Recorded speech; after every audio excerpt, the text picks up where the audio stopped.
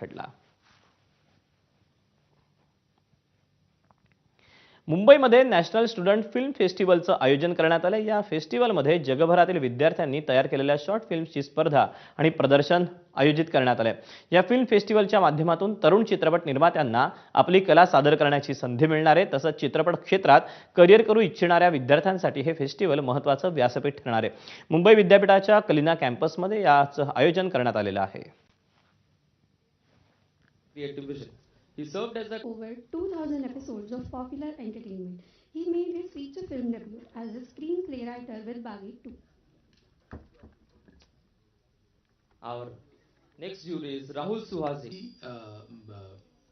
Quickly whatever experience I have and तेव्हा विद्यार्थ्यांच्या short फिल्मच्या साठी ही या स्पर्धेचं आयोजन करण्यात आलेलं आहे।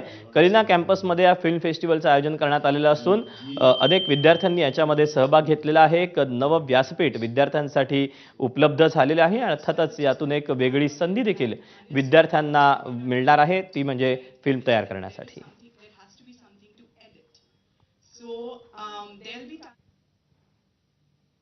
आणि बातम्यांसोबत बुलेटिन